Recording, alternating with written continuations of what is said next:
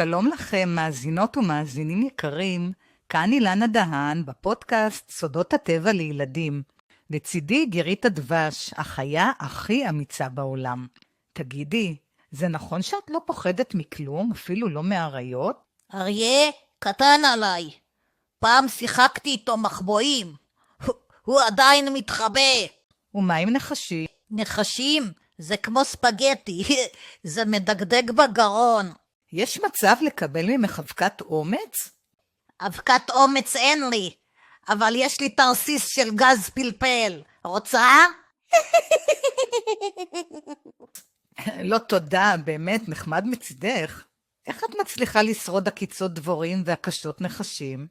את זה תשמעו בפרק עפודת המגן של גירית הדבש. כדאי לכם להאזין לפרק. יש שם עובדות מפתיעות, הרפתקאות והמצאות. בסוף הפרק תהיה גם הפתעה. אנחנו מחכות לכן.